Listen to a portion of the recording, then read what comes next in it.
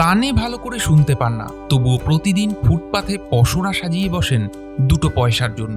বৃদ্ধ বয়সে নিজেরটা নিজে চালিয়ে নেওয়ার একরোখা জেদ।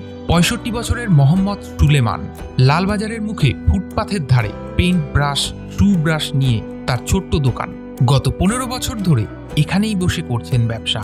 সারাটা দিন কেটে যায় কাস্টমারের অপেক্ষায়। দেশের বাড়ি বিহারে, অনেক বছর আগে কাজের খোঁজে কলকাতা এসেছিলেন। কাজ জোটেনি, তাই ফুটপাতকেই বানিয়ে নিয়েছেন নিজের কর্মস্থল। ২ মেয়ের বিয়ে হয়ে গেছে। কলকাতায় এখন একাই থাকেন তিনি। সকাল ১০টা থেকে সন্ধে ৭টা খোলা থাকে তার দোকান। সারাদিনে বিক্রি হয় বড়জোর ২০০ টাকার মতো। কলকাতা শহরে এই টাকায় যে কিভাবে দিন চলে তা আমরা হয়তো কল্পনাও করতে পারি না। যদিও তার মুখের হাসি দেখে বোঝা যায় না অন্তরের সংঘর্ষ। কানেও ভালো শুনতে পান না, তবুও কিভাবে যে এই দোকান সামলান সেটাই এক আশ্চর্য। কারো কাছে আর্থিক সাহায্য চান না, তবে কেউ যদি তার থেকে ব্রাশ কেনেন সেটাই হবে তার বড় সাহায্য।